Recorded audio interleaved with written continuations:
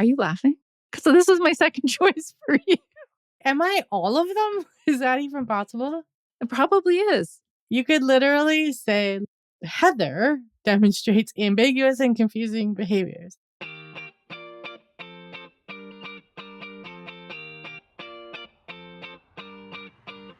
Welcome to Discovering You, where personality meets possibility.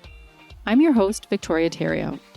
On this show, we dive deep into what makes people tick and how understanding that transforms the way we lead, work, and connect.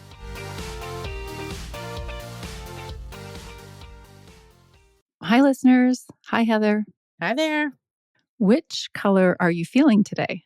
I am feeling yellow today. High energy and pleasant.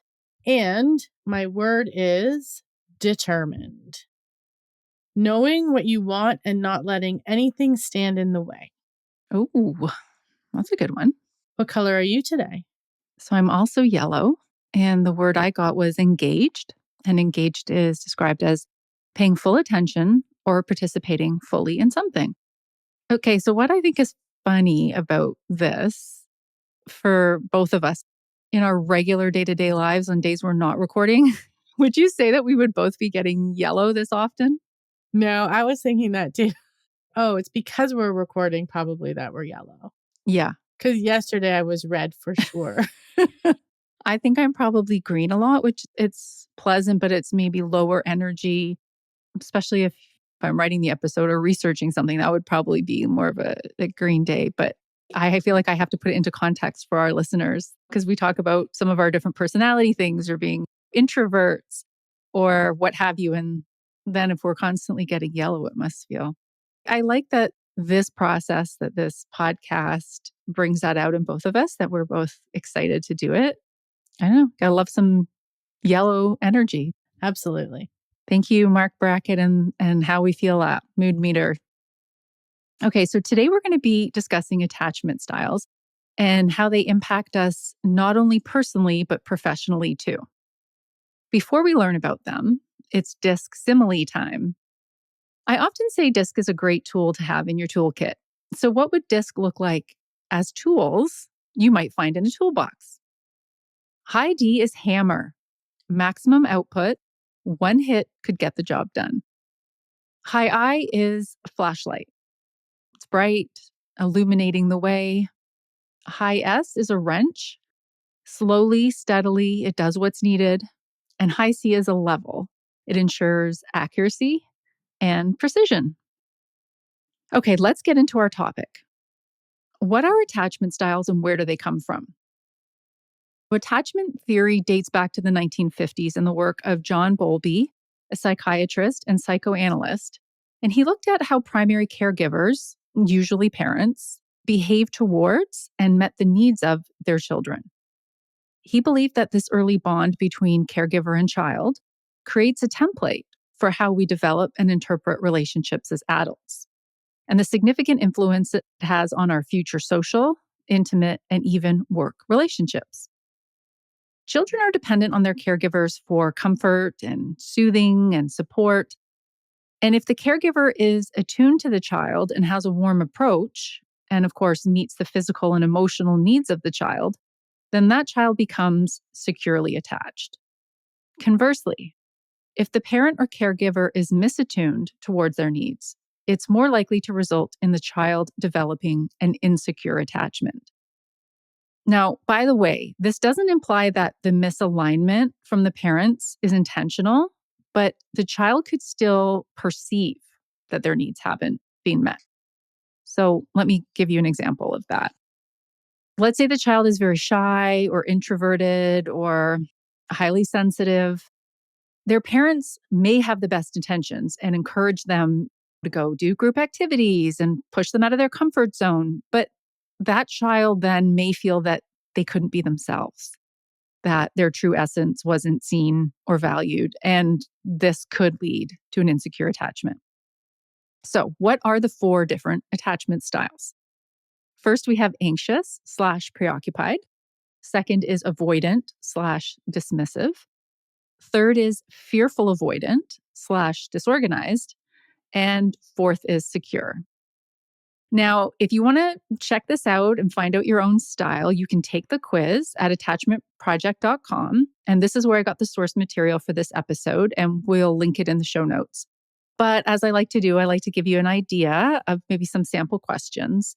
So let me frame this up. The questions are directed in terms of how you perceive your relationship to your parents or other caregivers, your partner. And if you're not currently in a relationship, maybe think back to a past relationship, and then your relationships socially in general. So there are a series of statements, and they're set on a 7-point scale. And you choose from either strongly agree all the way to strongly disagree, and neutral is in the middle. You would be ranking these following statements like, I can talk things over with this person. So would you strongly agree? Would you strongly disagree? Or would that be neutral? I usually discuss my problems and concerns with this person. I find it easy to depend on this person. I prefer not to show this person how I feel deep down. And I'm afraid this person may abandon me. That's just a few to give you an idea. I think it's important to clarify that attachment is a spectrum. And so you may not fit one completely. You may have secure attachment with your partner, but not with your parents, or vice versa. Of course, let me compare it to DISC. Like with DISC, we can have a combination of factors, right? Sometimes it's not just one. And on this podcast, famously, we always joke about Heather and her 2 factors, right? Is it her D or is it her C? Heather and I, of course, both did this. And I have to say that I did this twice and I got different results. So I don't know about that. But what happened was I recognized that I was pretty tired and grumpy when I first did it. And then the second time, when I was rested and in a better mood, I got a different result. I don't know. That's kind of interesting. How did you feel about your result, Heather?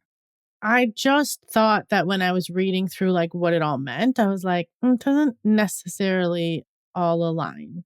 I thought maybe I'll take it again. But then when I went back today to do that, I was like, okay, well, some of it does fit Mm, and some of it doesn't fit. I didn't retake it because I thought enough of it fits, but it also feels like, and again, I think maybe this is just me.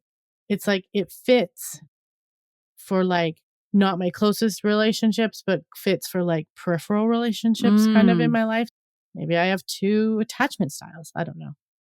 Yeah, I'm glad you said that, because the reason I redid it is I got it, and I'll tell you what it is when we get to it. But I felt the same way. I felt like, I don't think this is how I am in these relationships. But then I can think back to more casual relationships or people who are acquaintances, and maybe that line of, are they acquaintance or friend? And maybe if they're pushing too hard to get into that inner circle too fast, I'm like, ooh, don't get too close too fast.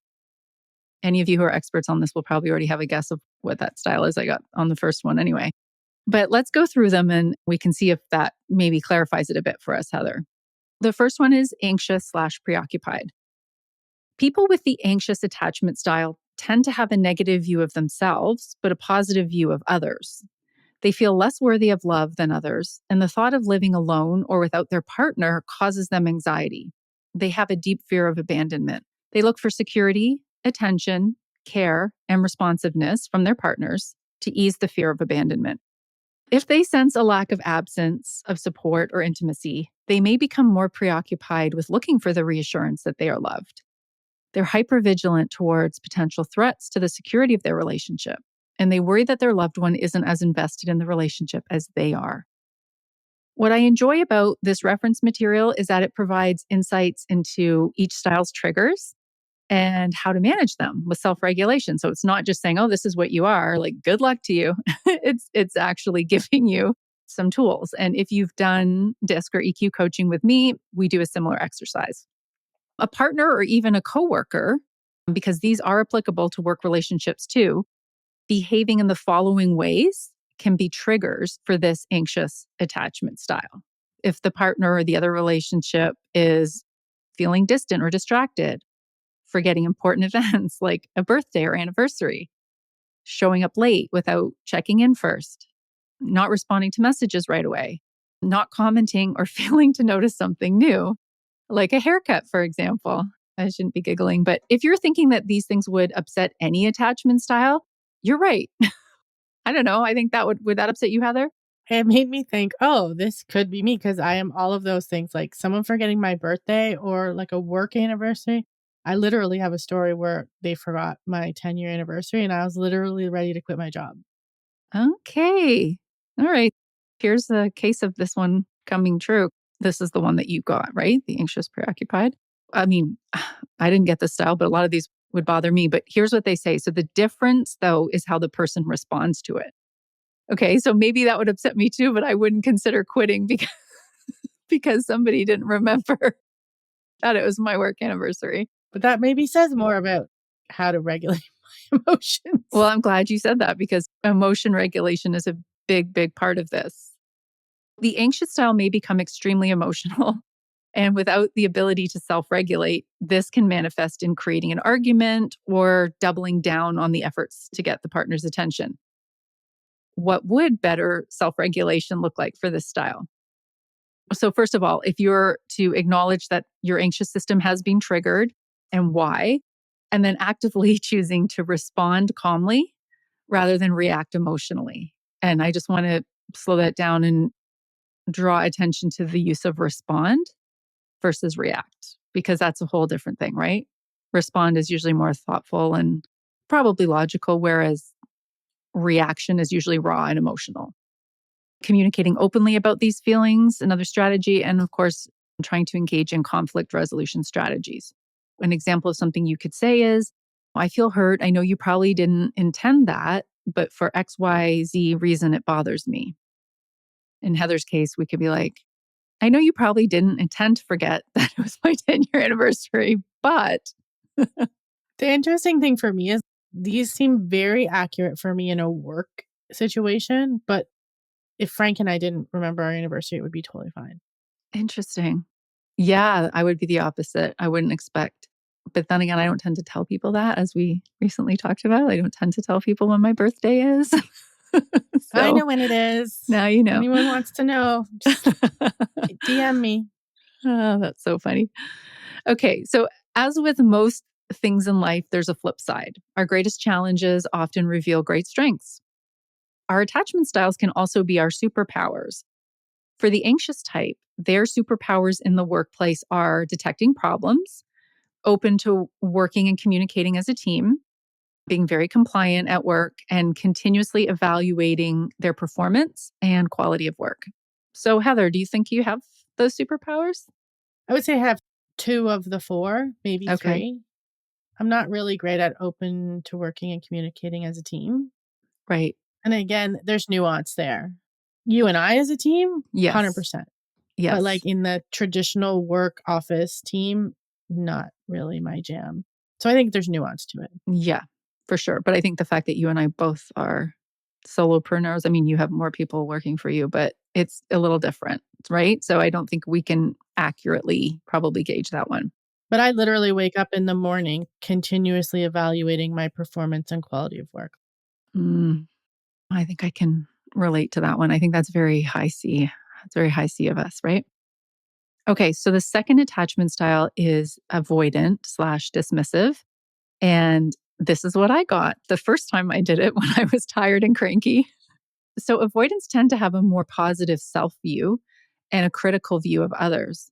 So, this is the reverse of the anxious style. They promote a sense of independence and self sufficiency on an emotional level. They don't want to depend on others or have others depend on them. They aren't comfortable with too much emotional closeness or intimacy. If they feel that the other person is becoming too reliant on them in this manner, they tend to withdraw. They also have the propensity to hide or suppress their feelings when faced with conflict or situations with high emotionality.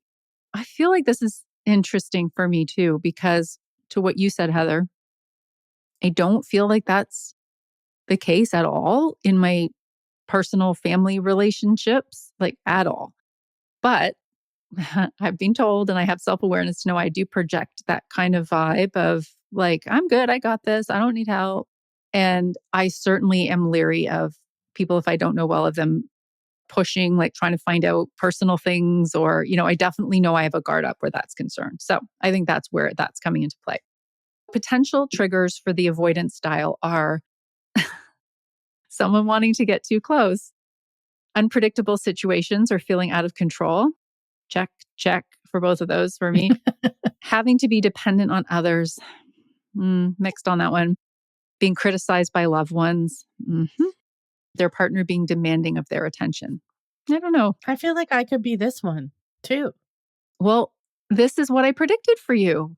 Full disclosure, we were going to do like a live reveal here, predict them, and then we ended up we couldn't help ourselves. We were like texting yesterday back and forth, and yeah, I would have predicted this one for you, I see why. right? Also this maybe this one. So any of these could cause the avoidance style to do just this. Avoid.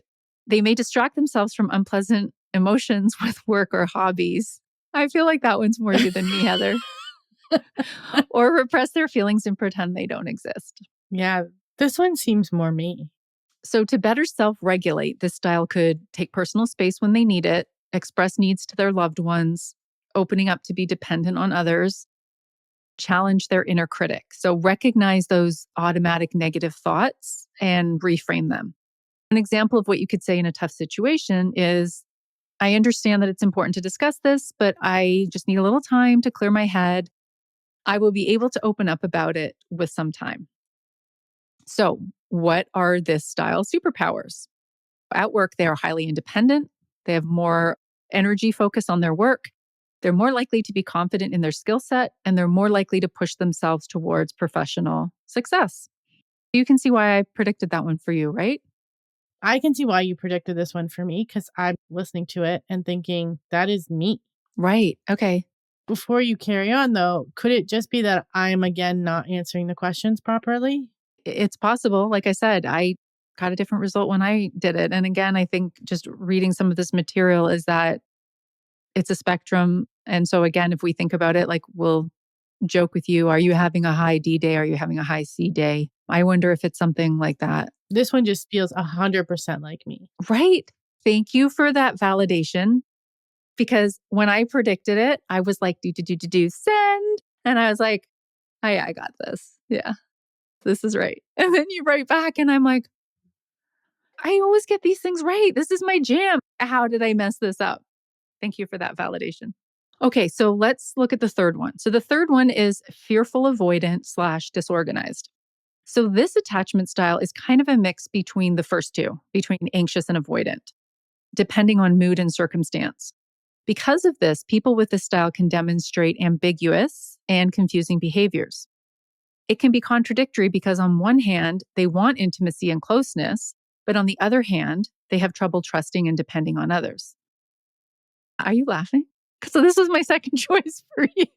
Am I all of them? Is that even possible? It probably is. You could literally say, Heather demonstrates ambiguous and confusing behaviors. Heather is contradictory because, on one hand, she wants intimacy and closeness, and on the other hand, she has trouble trusting people and depending on others. I think maybe I'm not the right person for this. Oh my gosh. Okay. Well, I did have Chris and Sophia do theirs, and I don't know. I don't know. It's interesting. Sophia's seemed correct to me, but okay. Fearful avoidant types often struggle with identifying and regulating their emotions, and they tend to avoid deep emotional attachments due to their strong fear of getting hurt. When this type gets triggered, they may react by reporting that they don't feel anything or have those emotions. They may have difficulty opening up to their loved ones. They might decide not to show any outward expression of those emotions or feelings they're having. They may behave unpredictably when faced with an emotional situation.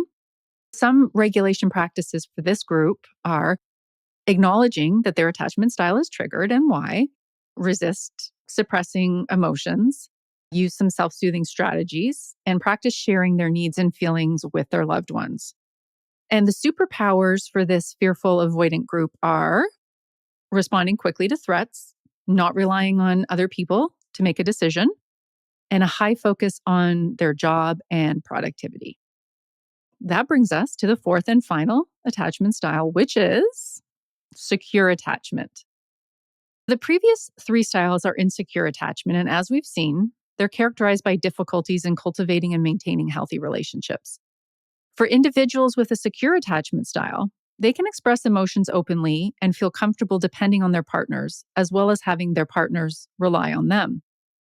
Those with this attachment style thrive in relationships, but they also don't fear being on their own. They tend to have a positive view of themselves and others, so they aren't concerned with seeking external approval or validation. They are able to identify as well as regulate their emotions. Maybe they use the mood meter. And as well, they can help their partners do this too. Since this group is secure, there aren't the triggers or the self regulation techniques that we talked about with the others, but we can certainly look at their superpowers. They create strong bonds with colleagues. They are unlikely to procrastinate tasks. They have less fear of rejection and failure. They have a positive outlook and are more likely to trust, and they have better well being. Securely attached people make strong leaders because of their ability to sustain focus on work goals and getting the job done, but also being sensitive to the needs of others. Secure leaders care about their employees' well being and development. Being attuned to the needs of your team is vital to success, as we learned in our last episode on emotionally intelligent teams that thrive. Inconsistent leader support can cause those with anxious attachment to become preoccupied with seeking their attention, whereas the avoidant types may become more distant and disconnected. In both cases, insensitivity from the leader can cause counterproductivity on the side of the employees. Another reminder that EI is so important. Can your attachment style change? Yes, good question. I was wondering that too. And yes, it can. So, what it says in the material is that significant life changes or having a new partner who has a secure attachment style can make it easier for you to have a secure bond with them. Also, learning more about emotional intelligence, self awareness, emotion regulation, all of that can lead to a shift in your style. And remember that we're not always just one. So, even securely attached people likely have a couple of areas where the others show up. That's it for me. So, the second time I did get secure, Oh, you did. I did. And a lot of it resonated with me, but there definitely, like I said to you, I think where the avoidant ones showed up for me are in those more casual, out of my inner circle relationships. Like, that whole thing about someone wanting to get too close. Somebody comes on too strong with me. It's like, ooh, I rear back and I'm like, put a wall up.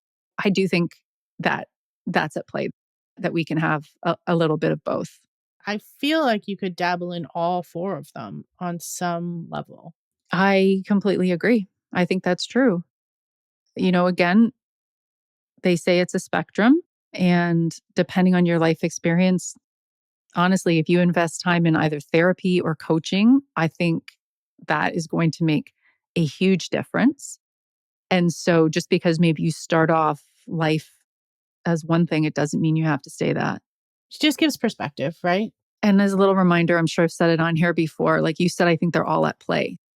When I'm talking to somebody about their disc profile, I want to put it in perspective. So I do always say to people, it's a sketch, not a portrait. It's not psychoanalysis. And we do have all four disc factors in us somewhere, right? And so the analogy I'll use is picture your four disc factors driving a car. So your leading factor, and again, this can be very nuanced depending on where your dots are on the graph. So how closely together they are. But for the sake of this, your leading factor is the driver, but your next factor can easily take over and drive and give that leading factor a break. Your other two could be in the back seat. And you know what? Sometimes our factors are low. They might be in the trunk, but you could pull it out of the trunk if you need to. I think if we look at it that way, I think that probably makes sense. Yeah, I like that. Awesome. Awesome. Well, if you want to learn more about attachment styles, you can go to theattachmentproject.com, and they are also on Instagram, so you could check them out there. Thanks for listening. Catch you next time. Bye. Bye. This show is a Twisted Spur media production produced by our very own Heather McPherson. If you enjoyed this podcast, please share with a friend and subscribe wherever you listen to podcasts.